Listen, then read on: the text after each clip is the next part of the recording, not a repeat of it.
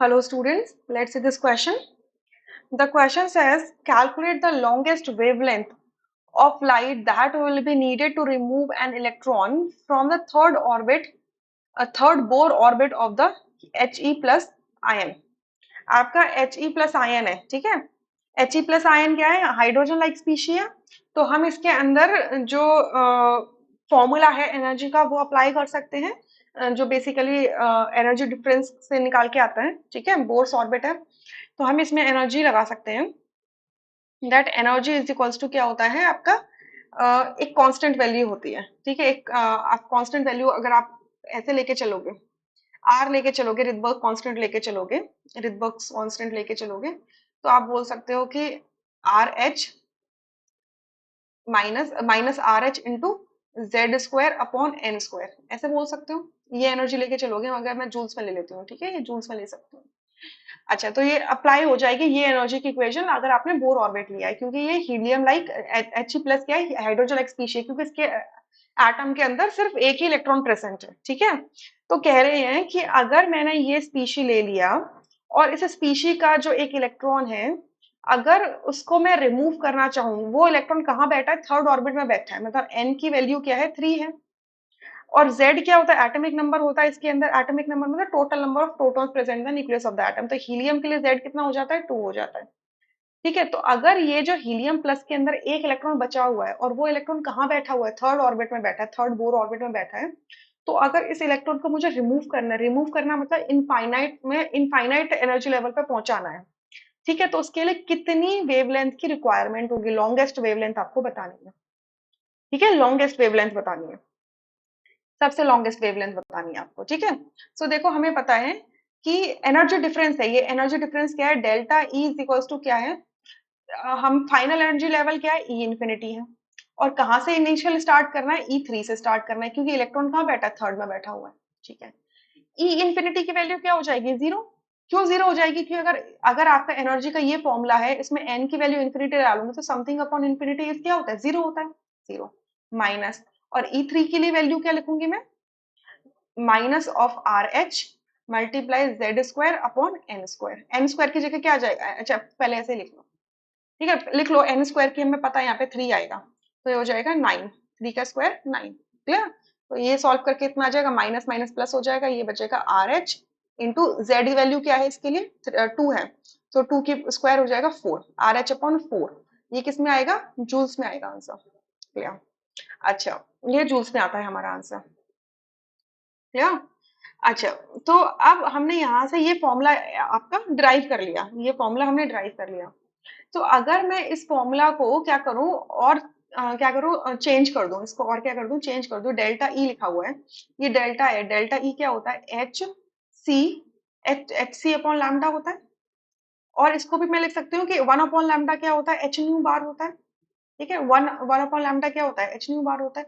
या फिर आप इसको ऐसा ही लेने दो, तो आप यहाँ से लैम्डा की वैल्यू निकाल सकते हो, लैम्डा की वैल्यू निकाल सकते हो। तो लैम्डा यहाँ से क्या निकल के आएगा?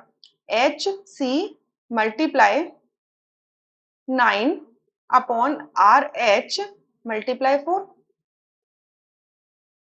यही निकल के आ जाएगा ना? यही निकल के आ जाएगा, ठीक है? अब यहाँ से h की वैल्यू डालो। h की वैल्यू होती है 6.626 into 10 to the power minus 34 joule second. c क्या होता है? स्पीड ऑफ लाइट होता है। स्पीड ऑफ लाइट की वैल्यू कितनी होती है? 3 into 10 to the power 8 metre per second. इसको 9 से मल्टीप्लाई कर रहे हैं, divided by R H. Rydberg's constant की वैल्यू क्या होती है आपको अब वो पता करनी है। रिडबर्ग्स कांस्टेंट की वैल्यू अगर हमने जूल्स के टर्म्स में लेनी है, तो हम क्या ले लेंगे इसको? जूल्स के टर्म्स में हमको लेना पड़ेगा रिडबर्ग कांस्टेंट की वैल्यू।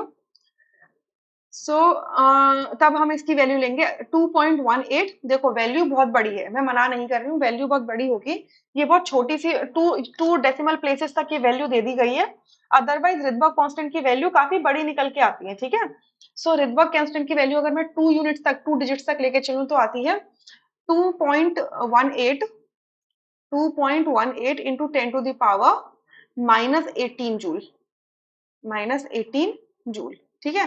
एंड इसको करेंगे 4 से मल्टीप्लाई, क्लियर?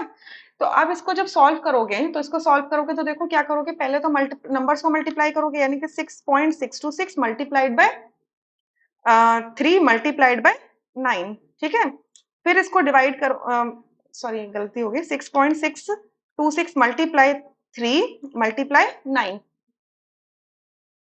ठीक है, ये करा आपने। अच्छा, अब इसको क्या करोगे, डिवाइड करोगे, डिवाइड करना है किससे, 2.18 से, ठीक है।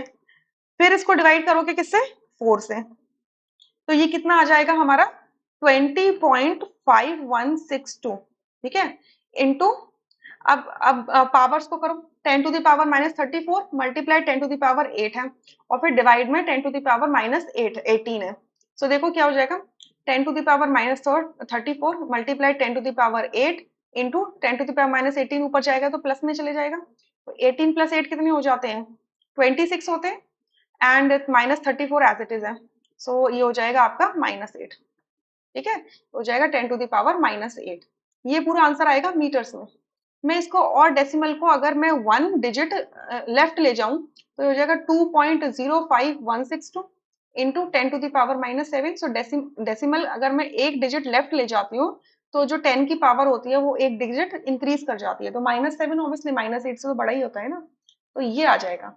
अब आपका ऑप्शन अगर आप देखोगे मीटर्स में आ रहा है, क्योंकि आपने सारी वैल्यूज क्या ली थी, एसआई सिस्टम में ली हुई है, तो मीटर्स में आंसर आ रहा है, तो मीटर्स में नेगेटिव पावर में आएगा, यानी कि फोर्थ ऑप्शन करेक्ट है। अब यहाँ पर आप कहोगे कि मैम डेसिमल प्लेसेस मैच नहीं कर रही है, तो देखो डेसिमल प्लेसेस ना मैच करने का रीजन सिर्फ एक ही इतना ही है कि 6 पॉइंट्स, जो आपका प्लैंक्स कांस्टेंट है एच है, इसकी वैल्यू भी लंबी होती है, बट हमने 3 डेसिमल प्लेसेस तक ली है। रिडबर्ग कांस्टेंट है, इसकी वैल्यू भी बहुत लंबी होती है, लेकिन हमने सिर्फ 2 डेसिमल प्लेसेस तक ली है। इस वजह से कहीं ना कहीं ये आंसर यहाँ पे ये आ रहा है, ठीक है। अगर आपने एग्जैक्ट वैल्यूज लेने लगे ना, 9 9 10 10 डेसिमल डिजिट्स तक लेने लगे, तो आपका वैल्यू मैच कर सकता है। सो इसमें इतनी हार्ड एंड फास्ट इतना वरी करने वाली कोई चीज नहीं है। अगर आप इसे राउंड ऑफ भी करोगे ना, जो हमारा आंसर निकल के आया है, तो 6 का राउंड ऑफ, इसको राउंड ऑफ करोगे तो यहाँ पे 2 आ जाएगा, 2.052 आ जाएगा, ठीक है। 2.055 नहीं आ रहा, वो मैं रीजन बता चुकी हूँ, क्योंकि आपने क्या किया, डेसिमल प्लेसेस को कट शॉर्ट कर दिया, किसको, प्लैंक्स कांस्टेंट को, रिडबर्ग वैल्यूज को, इस वजह से, ठीक है। सो कोई प्रॉब्लम नहीं है उसमें, आपका नियरेस्ट वैल्यू तो मैच कर ही रहा है, राइट। सो फोर्थ ऑप्शन करेक्ट हो जाता है, बाकी सारे ऑप्शंस क्या हो जाते हैं, incorrect. I hope you understood this question really very well. और इसका रेफरेंस अगर आपको लेना है तो आप एनर्जी से रिलेट कर सकते हो इसको, कहाँ, NCERT 11th class page number 48 part 1 में जाना, ठीक है। I hope you understood this question. Thank you.